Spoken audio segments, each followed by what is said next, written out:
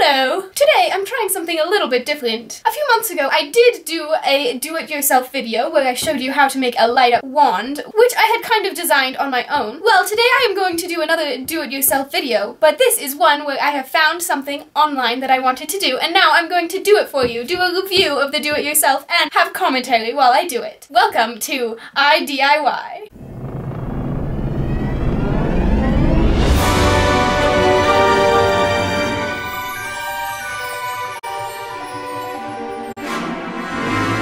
Today, the craft I will be making is these paper flowers. The story behind this is that every year for Mother's Day, I have the tradition of making homemade flowers for my mom and my stepmom. My family loves homemade gifts, and I love making them, and so it's something that I do every year. I don't know how long I've been doing it, probably a few years, like since junior high school. So even though I usually design the flowers myself, I decided to look up one online this year, and so I found this paper flower tutorial on Instructables.com, and I'm going to follow that and show you in this video, and then give them to my parents. So this little craft is pretty simple. It really just needs some paper, some scissors, some glue, and I also have a paper cutter to get straighter edges. For the paper, it recommends using craft paper, but I just used what I had around my house, so I found a few different things. I have a pad of paper, I have some normal paper, and some cardstock paper of different colors, and I have some fancy scrapbook paper, which I may also use. So, let's get started. I have the instructions on my phone, by the way. Step 1 just outlines the materials, which I just explained to you. Step 2 is called preparing the paper strip. Apparently, you're supposed to cut the colored paper that will form the petals of the flower into paper strips of about 2 by 8 inches. For my first attempt, I think I'm just going to use one strip of this paper from this paper pad because it's approximately the right size. I think it's a little bit thicker than it says on the thing, but I feel like that'll be fun. It'll just make it more curly. Part of step 2 is to fold a thin strip on the end of the paper. Now, I believe for step 3, we're supposed to cut fringes on the thicker side. I think the thinner the fringes, the better, and I think I'm just going to fold it in half so I can make fewer cuts. Now that I've got it all fringed up, step 4 is to roll each of the fringes individually. I'm going to grab a pencil to help me with the rolling. I just tried rolling a couple of the fringes at the same time, and it definitely does work a lot better to roll them one by one, so. Here we've got the fringes all curled up. Now, step 5, we'll set that aside to make the stem. I think I'm going to use cardstock for this stem. It says to have a 2 by 10 inch strip, so I think I'm just going to cut this about 2 inches thick. And then I need to roll this from one corner to the other.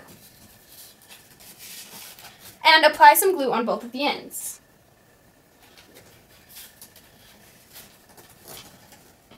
Okay, so I've got a tube of paper for the stem. Let's check out step 6. Make the flower. So apply the glue to this part of the fringed paper and then wrap it around the green paper at an angle.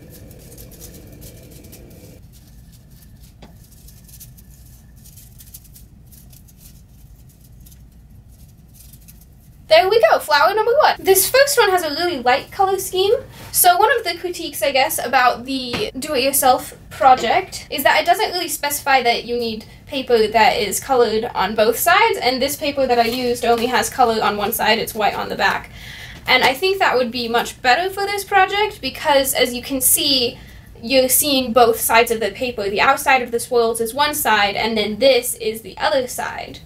And so the outside of the swirls are actually colored, but the inside part is white. So I think now I'm going to do it a few more times, but try it with different colors and different types of paper and see what ones work the best. And I'll get back to you when I've done all of those. Welcome back! So here I've got 6 completed flowers. Although I forgot there is a step 7 adding leaves, but I kind of ran out of this color of green paper and it's getting late. So I'm not going to add that step. I'll just tell you a little bit about the flowers now and what I've learned. So first of all, the first one that I did, it was definitely actually the strip of paper I used was way too big. And I like the proportions of these ones that I made later a lot better, but it still turned out alright. I do like it a lot better when it's all a solid color instead of having some white like these ones. But I do really like how these ones turned out in that the back side was green, so it looks really cool with the yellow and the green. overall it's pretty good, and the cardstock actually worked a lot better than I thought it would. It actually almost worked better than the normal paper, to be honest, and so I'm glad that that's what I had. And I think that these are some really cute flowers, if not super unique. I mean, they look really cool. And so it was a pretty good DIY project, really simple, just kind of tedious when it comes to the folding and the rolling, doing the same step over and over again. It would be a good one to do like while watching a movie or something. I was kind of just sitting here doing this for like an hour, and it was getting kind of tedious. But they're cute, and I'm happy with them. I hope you enjoyed this video. Thank you for watching. Definitely leave a thumbs up on it if you liked it, and subscribe to my channel, which you can do right here. Also, check out my other DIY video where I showed you how to make a light up Harry Potter wand, which should be about right there. And also, here's a playlist for all my DIY videos, although I guess right now this video and the one up there are going to be the only ones in the playlist, but I'll be making more in the future, and so you can find those future ones in this playlist as well. Thank you for watching, and I'll see you next Monday. And happy Mother's Day to all the mothers out there.